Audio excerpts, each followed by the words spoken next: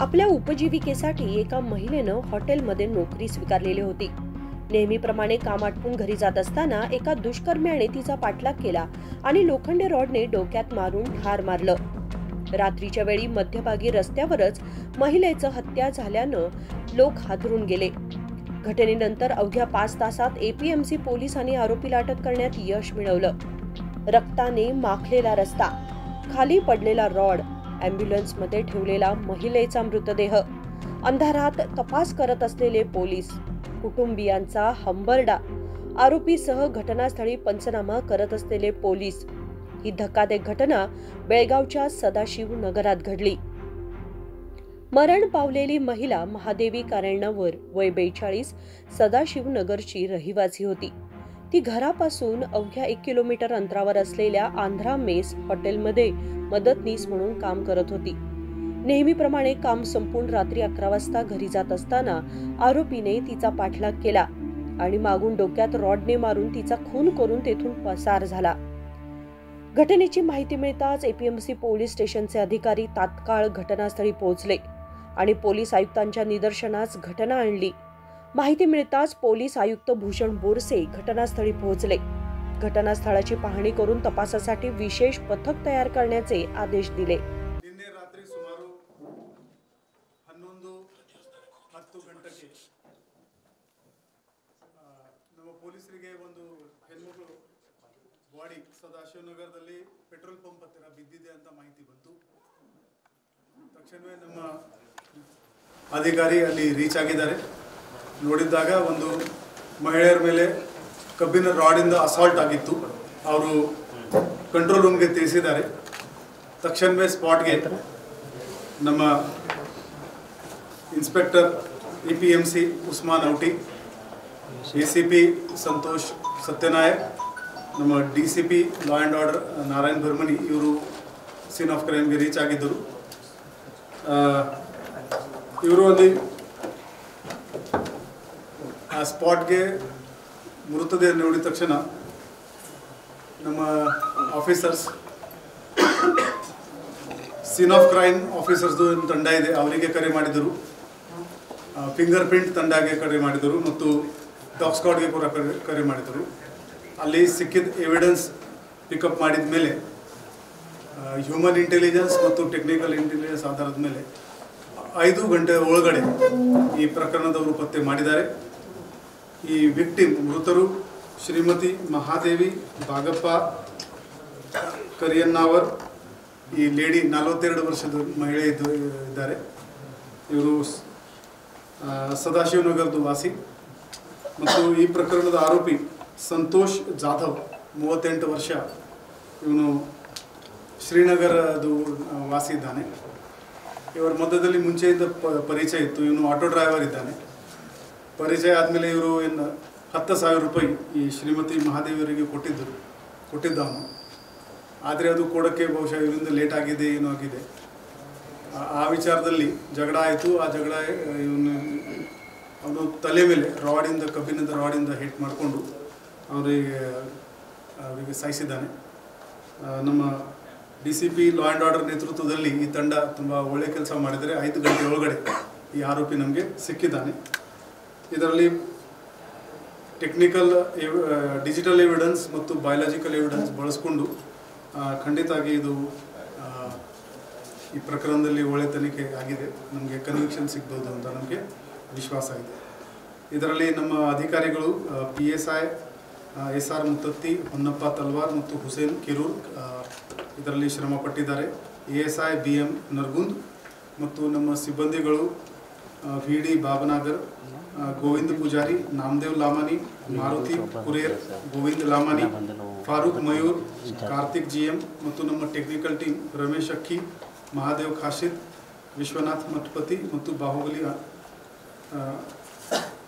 ಅನ್ಗಲಿ, ಈ ಸಿಬ್ಬಂದಿಗಳು ಕೂಡ ಈ ತನಿಖೆ ಬೇಗನೆ ಮಾಡುವುದರಲ್ಲಿ ನಮಗೆ ತುಂಬ ಸಹಾಯ ಮಾಡಿದ್ದಾರೆ। ಎಲ್ಲರಿಗೆ ನಾನು ಕ್ಯಾಶ್ ರಿವಾರ್ಡ್ ನಮ್ಮ ಇಲಾಖೆ ವತಿಯಿಂದ ಕೊಡ್ತಾ ಇದ್ದೇನೆ। ಸರ್, ಇದು ಅಷ್ಟಕ್ಕೆ ಬರೀ ಫೈನಾನ್ಷಿಯಲ್ ಡೀಲಿಗೆ ಸೀಮಿತ ಇತ್ತು,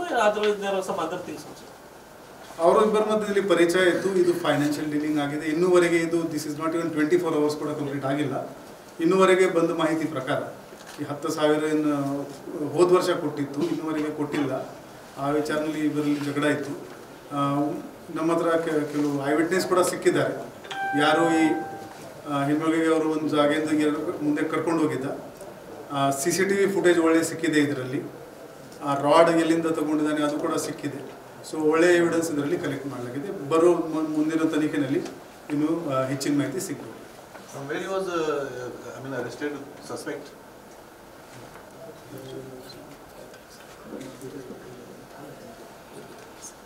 ವೀರಭದ್ರನಗರ. ಸರ್, ಮಹಿಳೆ 10,000 ರೂಪಾಯಿ ಅವ್ರಿಗೆ ಕೊಟ್ಟಿದ್ರು, ಈಗ ಅವ್ರ ಆಟೋ ಡ್ರೈವರ್ ಅವರು ಶೀಟ್ ಅವರು ಪಡೆದಿದ್ರು. ಸರ್ ಅಂದ್ರೇನು ಅದು 10,000 ಅಂದ್ರೆ ಈಗ ಪರ್ಸೆಂಟೇಜ್ ಮೇಲೆ ಕೊಡ್ತಾರೆ, 2%, 5%, ಈ ರೀತಿನೂ ಭಾಳಷ್ಟು ವ್ಯವಹಾರ ಬೆಳಗಾವಿಯಲ್ಲಿ ನಡೀತದೆ. ಆ ರೀತಿ ದುಡ್ಡು ಕೊಟ್ಟಿದ್ದ ಅಥವಾ ಹಾಗೆ 10,000 ರೂಪಾಯಿ ಹ್ಯಾಂಡ್ ಲೋನ್ ಅಂತ ಕೊಟ್ಟಿದ್ದ? ಹೇಗೆ ಈಗ ಇದು ಮೇಲ್ನೋಟಕ್ಕೆ 24 ಗಂಟೆ ಕೂಡ ಆಗಿಲ್ಲ. ಇನ್ನೂವರೆಗೆ ಮಾಡಿದ ಇನ್ವೆಸ್ಟಿಗೇಷನ್ ಅಲ್ಲಿ ಇಷ್ಟು ವಿಚಾರ ಕಂಡು ಬಂದಿದೆ. ಡಿಟೇಲ್ ಆಗಿ ನಮ್ಮ ಅಧಿಕಾರಿಗಳು ತನಿಖೆ ಮಾಡ್ತಾರೆ. ಏನೇನು ವಿಚಾರ ಆಯಿತು that will become part of the charge. Sir, ಮಹಿಳೆ ಏನು ಮಾಡ್ತಾ ಇದ್ರು ಸರ್ ಅವರು? She was a cook. ಅಲ್ಲಿ ಆಂಧ್ರ ಮೆಸ್ನಲ್ಲಿ ಇವರು ಅಡಿಗೆ ಮಾಡುವ ಕೆಲಸ ಮಾಡ್ತಾ ಇದ್ರು. ಇವನು ಆರೋಪಿ ಆಟೋ ಡ್ರೈವರ್ ಇದ್ದಾನೆ, ಅಷ್ಟು ಪರಿಚಯ ಅಲ್ಲ, ಆ ಹೊತ್ತಲ್ಲಿ ಮೆಸ್ಸಿಂದ ಮನೆ ಕಡೆ ಹೋಗ್ತಾ ಇದ್ರ ಅಥವಾ ಕೆಲಸ ಮುಗಿಸ್ಕೊಂಡು ಬರ್ತಾ ಇದ್ರು. ಇನ್ನೂ ಒಂದು महिलेचा मोबाईल घटनास्थळी आढळल्यानं त्यातून तिचा नंबर मिळून पोलिसांनी रात्रीच तिच्या कुटुंबियांशी संपर्क साधला. त्यांच्याकडून तक्रार नोंदवून पोलिसांनी तपास सुरू केला आणि अवघ्या 5 तासात आरोपीला अटक केली. तो आरोपी म्हणजे बेळगावमधील रहिवासी ऑटो ड्रायव्हर सागर जाधव. सागरने महादेवीचा पाठलाग करत असलेला क्षण एका दुकानाच्या CCTVत कैद झाला होता. त्यावरून पोलिसांनी त्याची ओळख पटवून सकाळ होताच त्याला ताब्यात घेतलं. 3 वर्षांपूर्वी महादेवी आणि सागर यांची ओळख झाली होती आणि ते चांगल्या संबंधात होते. सागर अडचणीत असताना महादेवीने त्याला 30,000 रुपये कर्ज दिले होते. काही दिवसांपूर्वी हे पैसे मागितल्यावर सागरच्या कुटुंबियांनी तिच्यावर तिच्या नवऱ्याशी संबंध असल्याचा आरोप करत मोठा गोंधळ केला होता. यावरून एक बॉन्ड सुद्धा लिहून घेतला होता की दोघांनी एकमेकांशी न बोलावं. परंतु गेल्या रविवारी महादेवीने आणि तिच्या मुलाने सागरला फोन करून पैसे परत मागितले. त्यानंतरच सागरने पाठलाग करून तिचा खून केला आणि पसार झाला. पोलिसांनी सागरला अटक करून हिंडलगा जेलमध्ये पाठवलंय. ಅವ್ರು ನಮ್ಗೆ ಪರಿಚಯ ಆಗಿರ್ರಿ ಈಗ ಒಂದು 2-3 ವರ್ಷದಿಂದ. ಮತ್ತು ಹಿಂಗೆ ಪರಿಚಯ ಅಂತಲೇ ರೊಕ್ಕ ಬೇಕೈತಿ, ಒಂದು ಸ್ವಲ್ಪ ಅರ್ಜೆಂಟ್ ಕೆಲಸ ಐತೆ ಅಂತಲೇ ಕೊಟ್ಟಿದ್ದವ್ರು. ನಾವು ಒಂದು 20-30 ಕೊಟ್ಟಿದ್ದವ್ರು, ನನಗೂ ಅಷ್ಟು ಗೊತ್ತಿಲ್ಲ ರೀ. ಮತ್ತೊಂದು ಅರ್ಧ ಕೊಟ್ಟರು, ಒಂದು ಅರ್ಧ ಕೊಡ್ದೈತಿ ರೀ. ಮತ್ತು ಲಾಸ್ಟ್ ವೀಕ್ ಸಂಡೇ ಕಾಲ್ ಮಾಡಿದ್ದವ್ರು ನಾವು ಹಂಗೆ ರೊಕ್ಕ ಬೇಕಾಯ್ತು ಅಂತ.